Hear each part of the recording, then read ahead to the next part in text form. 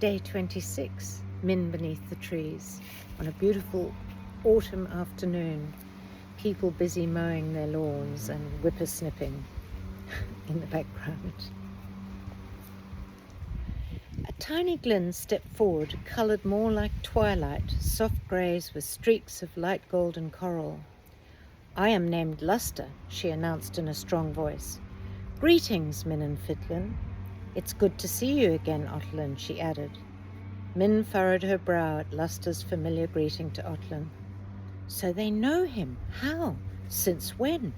Luster might be tiny, but I'm guessing that she's not to be messed with. Min decided, placing her hands across her stomach, a familiar reaction when it started to churn. "No panicking now," Flick urged. "I know that. You don't have to lecture me." Pink salt glyns arrived, carrying plates of strange-looking food and rescuing her from her bossy wing. "Come, let us feast," Blazon said, waving the glyns forward. A pink and orange glyn presented a platter for her to choose from. The first morsel she tasted was so strange she nearly spat it out, containing her reaction just in time. "What is that?" her taste buds grumbled. The glyn chuckled. "Is this the first time you've tasted waterweed?" She nodded, laughing nervously. She was finding it something of an ordeal, managing so many new sensations. "We'll leave after sunset," Otlin said, "so I can rest. Plenty of time for you to explore your new environment, Min and Fitlin." "Would you like me to take you to our favourite beach?" Radian asked. "Beach? Another new experience. Amazing," she answered. Min and Fitlin sat down on the sand as Radian left to spend his remaining time with his family. It was pink, salty and hard, and fortunately in the shade of the overhanging trees. A reprieve as the temperature rose with the sun. They dabbled their feet in the shallows. Min wriggled her toes in the water. What an extraordinary feeling. It's a bit of a sensation overload, don't you think, Fitlin? If you ask me, the overload is only just starting. The heat grew in the late morning sun. Fitlin and Min moved to the deepest shade under a twisted root that was saturated with lake water. With a light breeze blowing, it was deliciously cool. They slept soundly on a bank of pink moss until Luster woke them with a snack. A little more time near the water, and already it was nearing late afternoon. Radian arrived to guide them back to the clan's meeting place for the last meal. "I didn't want to spoil your rest, so I reserved the snooze until now," Blazon said as they ate. "We must warn you, there have been tidings of fearsome activity northwest of here, and on your intended path towards the river gums on the Helios River. Droop-jaw flappers who have flown to the sanctuary of Pink Salt Lakes have seen their work at first hand. Their accounts are fearful. We suggest you take an alternative route." Otlin looked concerned. "Thank you, Blazon.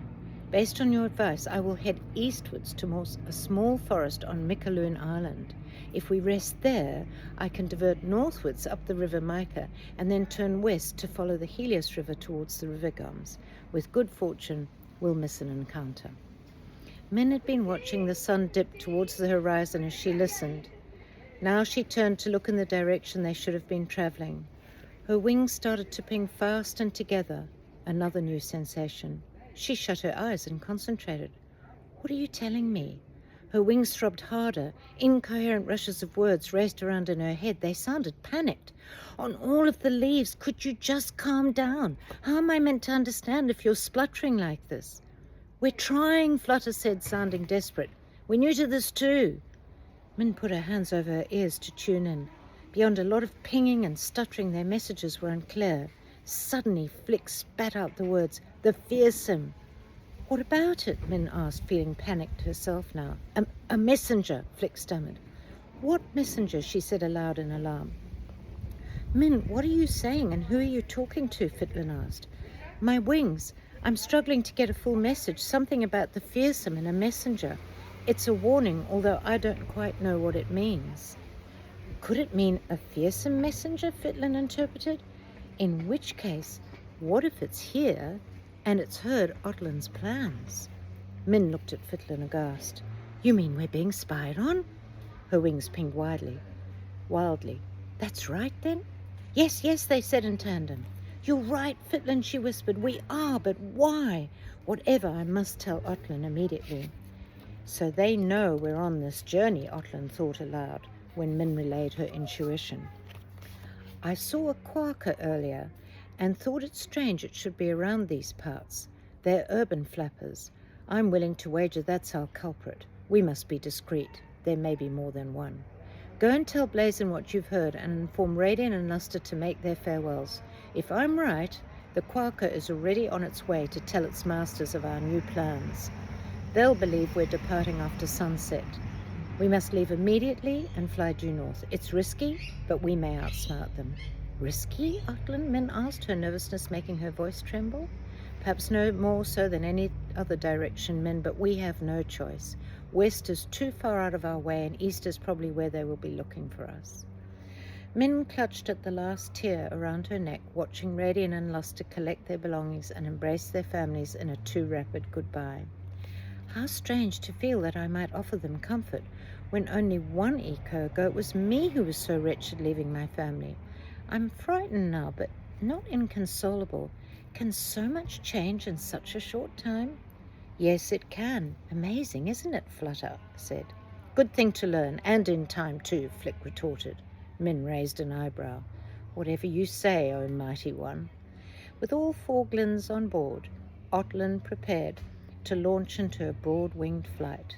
"Hold on, you 4. We're off again," he called back, soaring over the assembled pink salt lumens before setting a northward course. "And I'll see you beneath the trees tomorrow. I hope it's not quite as noisy."